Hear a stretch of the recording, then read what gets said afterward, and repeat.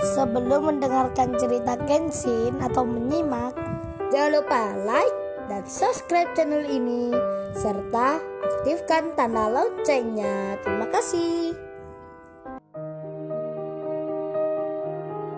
Kisah pemuda kaya, anak bos besar, pemilik 73 perusahaan yang menjadi cleaning service. Episode 729. Julia kaget sekali. Diana tiba-tiba bilang, menyebut Kenshin papanya. Perasaan Julia pun bingung jadinya.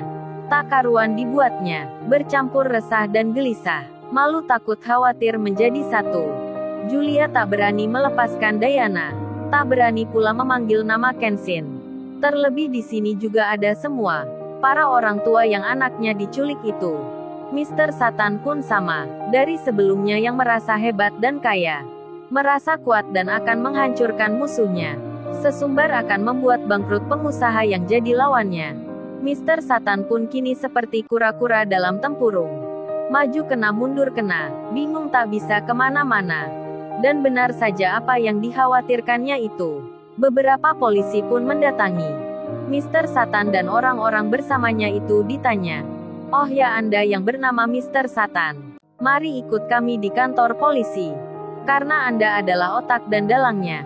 Orang yang dibalik penculikan anak-anak itu. Yang akan berbuat jahat untuk melakukan hal yang buruk sekali. Dan Anda juga Nona Julia. Yang telah melakukan percobaan pembunuhan. Dengan senjata menembakkan ke seseorang. Pada Tuan Kenshin yang di sana. Kami semua melihat rekaman videonya. Bukti-buktinya sangat nyata. Anda semua tak bisa mengelak. Hukuman berat akan menanti Anda. Dan untuk Pak Jenderal Polisi sendiri, kami sudah berkoordinasi pada negara Anda. Anda sudah menyalahgunakan wewenang dan jabatan. Akan diadili di negara Anda sendiri. Seketika itu juga lemas-lemas Mr. Satan itu. Tuan Putri Julia pun sama. Syok takut cemasnya meninggi. Baru bertemu Diana malah terancam hukuman. Julia pun lalu bilang, Papa berikan saja Pak, berapa dolar yang diinginkan? Tanyakan mintanya berapa Pak? Julia tak mau berurusan dengan hukum di sini. Sedang Diana menangis tak henti-hentinya. Diana tak sabar ingin ke tempatnya Kenshin. Serta ingin bermain dengan Cika Narnia dan Michi. Hingga Diana terlepas. Langsung berlari ke Kenshin. Lalu polisi yang akan menangkap itu bilang. Menjawab apa yang dikatakan Julia. Maaf Nona Julia.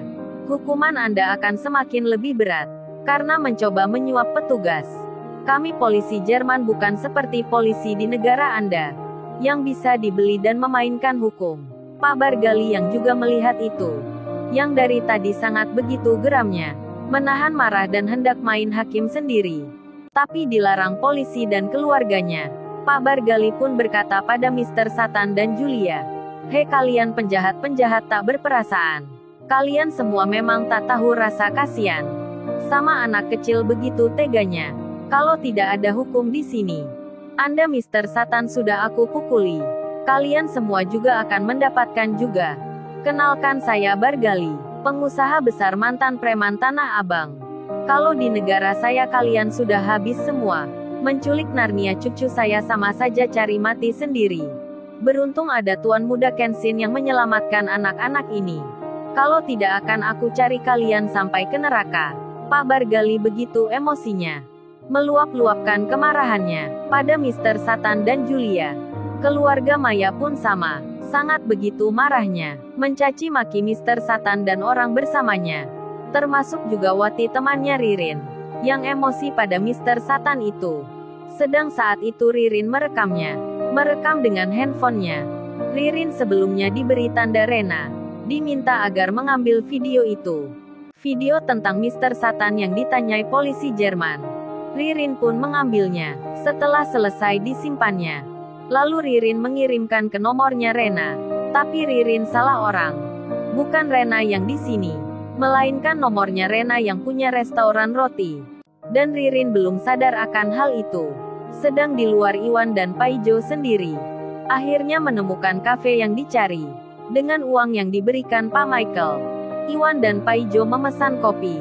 Paijo berkata ke Iwan, wah ini jadi pengalaman yang tak terlupakan Wan nantinya. Pertama kali aku keluar negeri. Pertama kali naik pesawat terbang. Pesawat khusus pula yang aku naiki. Rasanya seperti mimpi saja Wan Iwan. Iwan menjawabnya, sama Jo Paijo, aku juga baru pertama kali naik pesawat pribadi itu. Baru pertama melihatnya pula. Kenshin saja tak pernah bercerita kalau punya pesawat terbang seperti itu. Di tengah Iwan dan Paijo yang bicara, datang di sebelah mereka duduk beberapa orang di situ.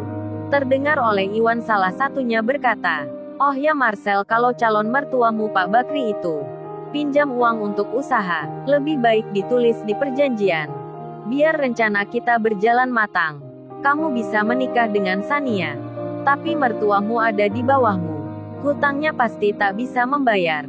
Karena dipastikan bangkrut duluan." Hahaha, temannya tertawa. Marcel berkata, "Bicaranya pelan-pelan saja Yanti. Ada orang Indonesia juga di sebelah." Yanti temannya itu menjawabnya, "Oh mereka ini toh Marcel. Dilihat penampilannya saja dari desa. Pekerjaannya pasti juga sama dengan kebanyakan lainnya. Pembantu rumah tangga di Jerman, alias pesuruh di negeri orang. Tak usah khawatir dengan mereka ini. Kastanya beda dengan kita. Mereka golongan orang rendah, tak mengerti akan pembicaraan ini."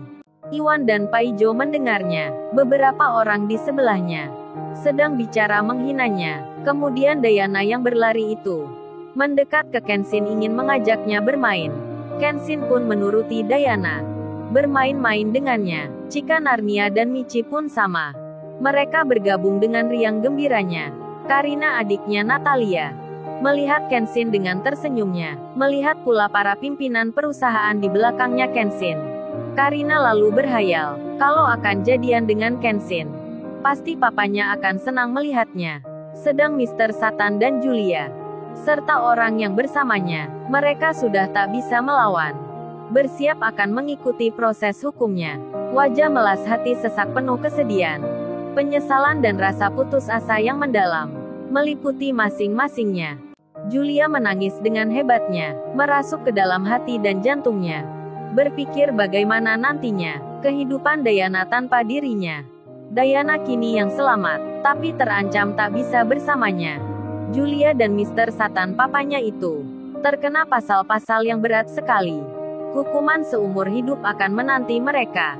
Kenshin pun diberitahu hal itu. Diberitahu oleh para pimpinan yang di sampingnya. Tuan muda mereka sudah mendapat balasannya. Karena sudah berani akan membunuh tuan muda, dipastikan mereka tak akan bisa bebas. Tak akan bisa mendapat keringanan hukuman. Sebab kami semua gabungan antar negara telah mengajukan tuntutan. Jadi mereka akan diproses besoknya. Kenshin pun melihat Dayana. Kasian kalau nanti sendirian. Dayana yang masih kecil itu akan kehilangan kasih sayangnya. Sedang di lain tempat, si Rena Larazati, yang punya restoran roti, kini melihat handphonenya dengan kode area luar negeri. Ada pesan yang masuk dari Ririn. Si Rena pun membukanya. Dilihat ada video yang dikirimkan Ririn. Rena lalu melihatnya. Mendengar isi percakapannya, belum habis apa yang dilihatnya, Rena langsung panik dibuatnya. Saat mendengar pembicaraan, telah terjadi percobaan pembunuhan. Kenshin ditembak orang. Perasaan Rena pun berubah. Dari yang tenang menjadi resah dan gelisah. Hingga panik dan khawatirnya. Rena tak sabar ingin tahu lebih jelasnya. Ingin tahu kabar tentang Kenshin di mana. Lalu pada akhirnya pun terjadi hal yang seharusnya dirahasiakan. Apa yang seharusnya tak boleh dikatakan, malah terjadi secara tak sengaja. Berjalan begitu adanya. Rena meneruskan pesan itu, membagikan pada Kaori. Rena Larazati ini bertanya, "Oh ya Mbak Kaori, kabar Kenshin gimana ya saat ini? Apa benar Kenshin ditembak orang? Ditembak di bagian mananya? Keadaannya sekarang gimana? Saya ingin melihatnya. Dirawat di rumah sakit mana?" Pesan itu masuk di handphonenya Kaori. Kaori pun melihat handphonenya berbunyi. Kaori mengangkatnya. Kaori melihatnya. Lalu, bagaimana kisah selanjutnya? Subscribe channel ini untuk episode berikutnya. Terima kasih. Jangan lupa subscribe ya guys, dan tekan notifikasinya.